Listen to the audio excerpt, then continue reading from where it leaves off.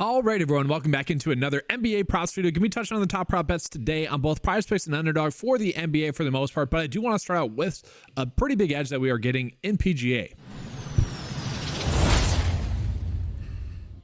And so I want to call this out for Underdog. I do think these two prop bets are going to be better on Underdog, but again, like in college basketball and really every sport, we should never be getting massive prop line differences. In college basketball, we saw that yesterday. We're getting 3-2 prop line differences for fantasy score. Well, we are seeing a 1 GUR difference here, greens and regulation, for anyone that's not familiar with that for golf.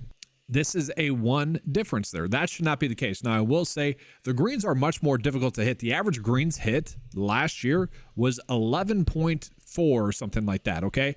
So to me, the fact that Underdog is 2 higher, yeah, I want to be betting the under there, okay, on Underdog. But we have a decent milling opportunity. We can run the 2 unders on Underdog there and then bet the 2 overs on PrizePicks. That is a good edge. And then if we flip this around, we are gaining another decent edge there as well with Denny McCarthy. Now, like Underdog is actually more correct here. The average fairways hit is about 7.4. So this is kind of the sticky situation. I'm fine running out a 3-slip, middling slip here. Okay, where and this one you'd be betting the over, but I did just want to call that out. Okay, we are getting a decent middling opportunities for PGA. I already put that in the Discord chat about 5 minutes ago from when I'm recording this, because I want to call it when we are getting favorable prop bets. You know, like that's how I like to use the Discord chat, is to show big discrepancies, big edges. I don't just toss in slips in there just to toss in slips.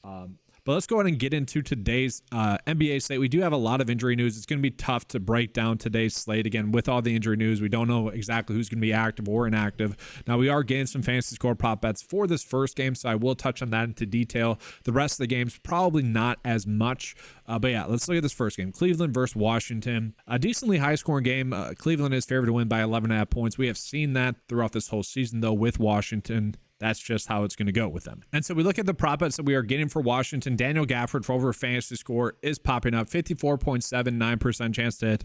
And unlike yesterday where it was Jabari Smith and Miles Turner, I didn't really like those under bets that we were getting there. It just kind of felt like, given the day that we had, Taco Tuesday, where we're just placing the best bets, place them individually, we're going to have a profitable day, which we did yesterday. Weirdly enough, though, Miles Turner's prop line actually flipped throughout the day, where the over was being favorited pretty much when the second taco hit, which is strange. I mean, that does happen in NBA, but definitely strange. That's where I don't want to seem like I'm selling the tool at all, but it is just $10 a month. I mean, I priced it that way for you guys to take advantage of that stuff.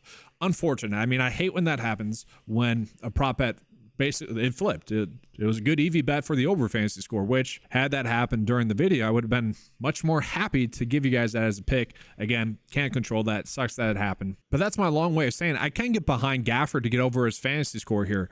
Just given the fact that you look at the last few games that he's had, Phoenix, not exactly. That's a difficult matchup for centers to produce. He was able to do that even on limited minutes, even in a game that was a blowout against Miami. Again, another pretty difficult matchup for bigs. He was able to get there as well. So he has shown a lot of consistency lately, so I get why the prop line is down a little bit from what he's been doing lately, going against Cleveland, going against both their bigs. Now, Evan Mobley is someone that maybe is going to be a little bit hindered. It's not showing up on the report. I expect him to play, but maybe that would help Daniel Gafford. But as it sits right now, I am perfectly happy to run out this over fantasy score for Daniel Gafford. From there, Tyus Jones for under 2.5 rebounds is one that's popping up. The projection data doesn't like that, so I'm just going to be sticking away from it. From there, Kyle Kuzma over fantasy score. We kind of know the case with Washington. Can they keep a game close? If they do, Kyle Kuzma, Tyus Jones, Daniel Gafford, those are kind of the players that we're looking at to bet the over fantasy score. Let's go and take a peek at Cleveland. So for Cleveland, not too many great prop bets. Again, I do like Evan Mobley for his over rebounds and assists, probably his over fantasy score as well, depending on where it's at. And we did just get this, so 32.5. And so this is a phenomenal matchup for Evan Mobley. I think we all know that by now, right? Going against Washington, bigs against Washington. That's the thing. And what's crazy is he got his mints bumped up, which was a pretty big edge on the last day. Kind of got lucky there with that. But also, it's kind of expected with these players. Like, they're not going to be limited for too long. We saw a slight uptick in mints in each game. So, again, not shocking. Maybe gets to 30. I doubt it today. But at the same time, if we're getting 28 minutes from Evan Mobley against Washington, when he just had a good game against the Spurs in Detroit, which are pretty similar matchups. If you give him 6 more minutes against Detroit there, probably does does get his over there, but this is such a good line to me. I'm perfectly happy to bet the over there. So right now, as it sits, I'm happy to bet that over. And I do like the fact that the data is telling us, if you were to place the prop bet here for Evan Mobley for his fantasy score, the over would be the way to go. That's what I like to say. I like when the data agrees with my thoughts on a slate. So right now, I would say we got 2 good fantasy score prop bets, and they probably do somewhat correlate together. Then from there, we jump into the next game, Toronto versus Charlotte. Charlotte, they're so banged up. Like, we don't know what's going to happen with them. Cody Martin could play. It is a good matchup, though. Brandon Miller, Miles Bridges, Nick Richards. Really, those guys are getting some pretty good matchups, I think, going against Toronto. So we're going to see Nick Richards for rebounds and assists, 10.5. I'd be fine with that. It's going to be mostly his rebounds, though, where he gets the over. Do want to call it the slight prop line difference that we're getting in here between PrizePicks and Underdog for him as well. Brandon Miller, I do like his over points at 22. The data is giving it 22.5, so a slight edge there. He is someone that is just shooting the basketball a bunch, and this is a very good matchup going against Toronto. They're just not as good defensively, and as you guys know, he's been someone I've been kind of telling you guys to target for over PRA, and so I'm surprised that this line is that low, 29.5 for his points, rebounds, and assists. Like, he's just been crushing this. This is one of the weird things where I just don't think the data has caught up just yet, which it should. This is just a head scratcher. Now, sure, maybe he's due for a bad game. That could happen. But the data has been telling us since Rozier was traded, since LaMelo Ball's been out, that he is the guy. He benefits the most. And that is exactly what has happened. So, I don't know, definitely a head scratcher. I certainly love the fact that we've been getting a free square on him for 5 straight slates. Now, for me, given the fact that the line came down a little bit and it's a seemingly better matchup than what he's had lately, I'm going to be betting the over here. I'm going to ride the hot hand here. If it lets me down, I'm happy for it to let me down, honestly, just given the fact that we know we are gaining edge here. This is the correct decision. If it doesn't work out, I'm kind of fine with it. The data is telling us that it's a 50-50 split as well. Like, I'm perfectly fine with that as well. The projection data doesn't like it. Again, the projection data hasn't caught up, and I think that that's a good example of probably why we are still getting a good line for Brandon Miller. It's strange, to be honest with you. Looking at Toronto then, quickly, I do like as a producer, Joachim Poeltl did get some more run in his last game. You look at his PRA at 22.5. That seems too low. Quickly, these all seem too low. I think we have a good stacking opportunity in this game now that I'm looking at it more, because Nick Richards should have a decent game. Now, he's a little bit hit or miss. PGA Washington's actually been the one going off for Charlotte, been getting a ton of minutes. And dating back to last year, like, he did benefit the most with Rozier and Ball off the court. Now, that was without Miles Bridges. That was without Brandon Miller. So tough to say for sure. But he is someone I'm keeping an eye on to see where his prop lines come out to be. But looking at Toronto, guys, Joachim Poeltl did get 28 minutes, 33 minutes. So, like, we're not worried about his minutes. He's probably going to get 30 plus minutes. And we know with him, he is a point per minute producer.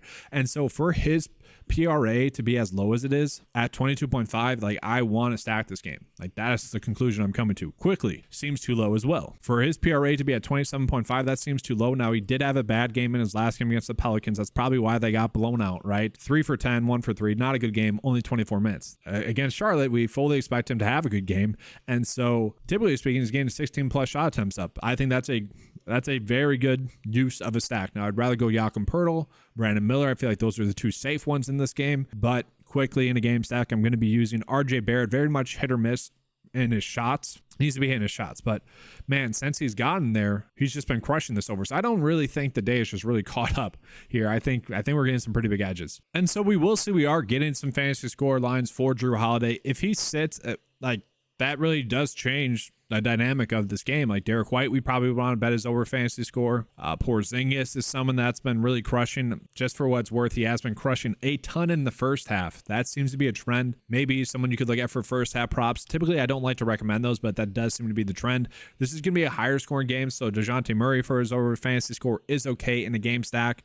Jaylen Brown maybe a little bit too thin. Trae Young in a game stack. Again, I'd kind of be fine betting the over there. Tatum, this feels a little bit too low given the game total that we have as well. So again, would be good in a game stack, but we really don't know what to do without that Jrue Holiday news. Bey is someone that came back, had a good game against the Clippers. That's kind of something we we tend to think is going to occur again. Like, he's been getting a lot of run for Atlanta. This line seems too low. So far through 3 games, we're getting 2 decent game stacks that I'd be fine with running out. And then from there, looking at some other games that we have, Philly, we are waiting on Maxey news. If he sits, Golden State's going to be extremely happy about that. Kelly Oubre would have a big game. Tobias Harris is someone I do expect to have a big game. Looking at Detroit, Bogdanovich currently a game-time decision. Cade Cunningham currently a game-time decision. That does change the whole dynamic if one of those two sit. If both of them sit, really, the Kings are going to win by a lot in that game. Very high game total, though, so maybe there's something there. The Pelicans, we are waiting on news on Zion. So it's really difficult to give you guys advice on those games because a lot of the injuries that we have significantly impact the game, like whether or not the game is going to stay close or not. And so, yeah, the data, just for what it's worth, I did just refresh this on my end. The data does agree. Bay for over fantasy score is a pretty good prop bet. Jalen Johnson as well. Like, that seems way too low for a guy that's been as consistent as he has been. Sure, not the best matchup, but that's a really good one there as well. And real quickly, I do want to show you guys some college basketball props as well, because again, we are getting some slight edges here. So we have one bet on PrizePicks that's clearly a good bet where we can bet the under here. Underdog is valuing that a little bit lower, so that's going to be the better bet on PrizePicks. And then I want to call this one as well. This is a slightly better bet on Underdog, where it's a 0.5 difference. We know that can be really the difference in a prop bet cashing or not cashing, but I want to call those two out because, you know, slight edges here and there, those are going to add up. So with that, it's going to get the bet of the day for both PrizePicks and Underdog. For Underdog, I'm just going to be taking the best bets that we have on the board right now.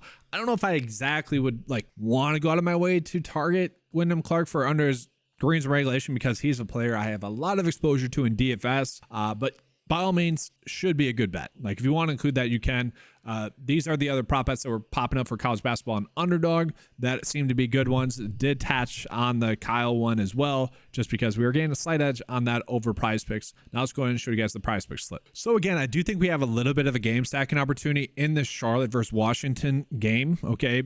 Like, the two that I like the most are going to be these two. Brandon Miller just hasn't been properly valued. Joachim Poeltl as well, not properly valued for the Mints. He's getting great matchup here. I do think we could extend the stack, though, to these other two plays that I think are going to be good as well. Probably want to get another Charlotte player in there. I think that would correlate better, but I didn't love the Miles Bridges one that we were getting just because Brandon Miller has been going off. And then I spent so much time talking about a prop bet potentially flipping. That actually happened with Daniel Gafford during this video. It's super strange. I don't get why that's been happening with centers specifically. Tough to say for sure, but you wouldn't have to use this one then. And then really, you might not have to use the Evan Mobley one. Okay, so the two best NBA bets that we have right now are going to be these two. Okay, and then you can attach that to the two college basketball props that we are getting as well. That's really it for you guys. I'm actually kind of fine still betting this. I think Daniel Gafford, betting on that game to stay close, I'm fine with. Maybe this goes 4 for 6, but all in all, I do think we are getting a pretty solid slip here. Like, this is much better than yesterday's, at least. So not a terrible day. And just remind you guys, if you guys are going to use that 9 to 5 or that Underdog slip, use the promo code 9 to 5 for your first time deposit on Underdog. I'll give you 100% match on deposit up to $100. That's going to be all for today's video. Make sure to give a like and subscribe. If you guys want access to any of the tools that you saw, head on over to 9to5sports.com. Thanks for watching. And as always, let's keep cashing.